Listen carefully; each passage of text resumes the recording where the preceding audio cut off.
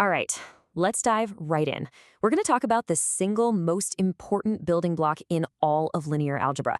I mean it. If you get this one thing right, everything else just clicks into place. We're talking about vectors. And I'm not kidding, this is the absolute truth. You can think of vectors as the atoms of linear algebra. Literally everything else is built out of them. So it's pretty important we get a solid handle on what they actually are. So here's the thing. The reason vectors can feel a little slippery at first is because they kind of wear different hats, you know? It all depends on who you ask. To really get a grip on them, we need to uncover these multiple identities. So here's how we're going to tackle this. First, we'll look at the different ways people think about vectors. Then we'll see how the world of geometry and the world of numbers come together. After that, we'll check out the two main things you can do with vectors. And finally, we'll see why this whole setup is so incredibly powerful. Okay, to really understand vectors, it helps to see them through a few different pairs of eyes. A physicist, a computer scientist, and a mathematician. They all have their own unique take. Let's start with the two you'll run into most often. So, for a physicist, a vector is basically an arrow floating in space. That's it. What makes it that specific vector is just its length and the direction it's pointing. You can pick it up and move it anywhere, and as long as you don't change its length or direction, it's the exact same vector. Now, a computer scientist sees things differently. For them, a vector is just an ordered list of numbers. Think about it. If you're analyzing data on houses, you might have a list like square footage, price. The order is crucial, right? Price, then square footage would be a totally different thing. It's really just a fancier way of saying list. And then you've got the mathematician. They're the ones who zoom out and say, look, anything you can add together or scale up and down in a consistent way, we can call that a vector. Their view is what makes it all work under one roof. But for now, we're going to stick with the arrow and the list, because that's where the real intuition comes from.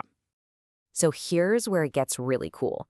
The true power of linear algebra isn't about picking a side, physicist or computer scientist.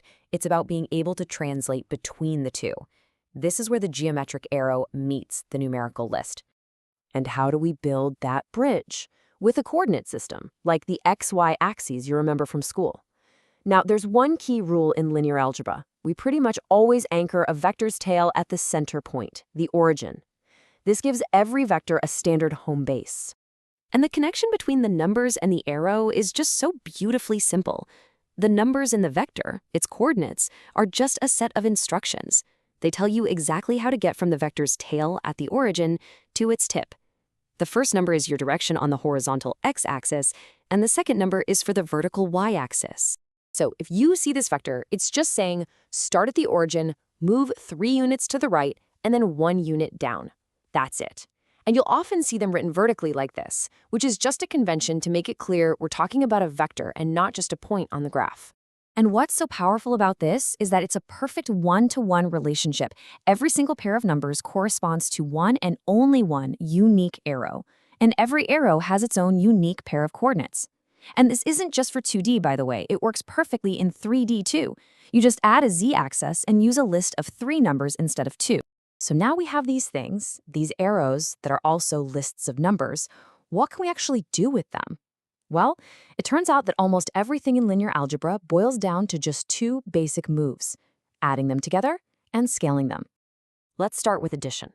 The easiest way to think about this is to imagine each vector as a journey or a step, a movement in a certain direction for a certain distance. So if you want to add 2 vectors, you just take those 2 journeys one after the other. Geometrically, we do this using what's called the tip-to-tail method. You take the second vector, and for a moment, you slide it over so its tail starts at the tip of the first vector.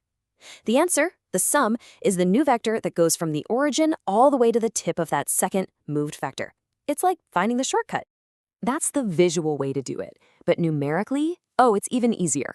To add these 2 vectors, you just add the corresponding parts. So 1 plus 3 gives you 4 for the first component, and 2 plus -1 gives you 1 for the second. That's it. The numbers and the picture tell the exact same story. All right, on to our second big operation, scalar multiplication. That sounds way more complicated than it is. It's really just about stretching, squishing, or sometimes flipping a vector. And the number you multiply by? That's what we call a scalar. Seriously, don't let the name intimidate you. Whenever you hear scalar in linear algebra, just think number. Its whole job is just to scale a vector. So let's say we take a vector and multiply it by the scalar 2. What happens? Exactly what you'd expect. The vector keeps pointing in the exact same direction. It just gets stretched out to be twice as long. And numerically, you just multiply each number inside the vector by 2. Simple. Okay, but what if we multiply by a negative number, like, say, negative 1.8? Well, now, two things happen at once. That negative sign makes the vector do a complete 180-degree flip, so it points in the exact opposite direction. Then, the 1.8 stretches it out to be 1.8 times its original length. So a scalar can change both length and direction. Okay, so we've seen vectors as arrows, and we've seen them as lists of numbers. We know how to add and scale them, but so what? Why does any of this matter?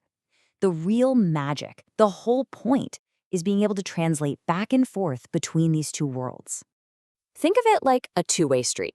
If you're a data analyst with a giant spreadsheet full of numbers, you can turn that data into vectors and actually see the patterns. Things that were hidden in the rows and columns suddenly pop out. And going the other way, if you're a physicist or a video game programmer, you can describe complex motion and forces in space using simple lists of numbers that a computer can crunch through. This ability to translate is the superpower of linear algebra. Vectors are the language that connects abstract data to physical space. So if vectors really are the atoms, these fundamental, indivisible building blocks, it just leads to the next question: what kind of awesome, complex molecules are we going to build with them? Because that's where the journey really begins.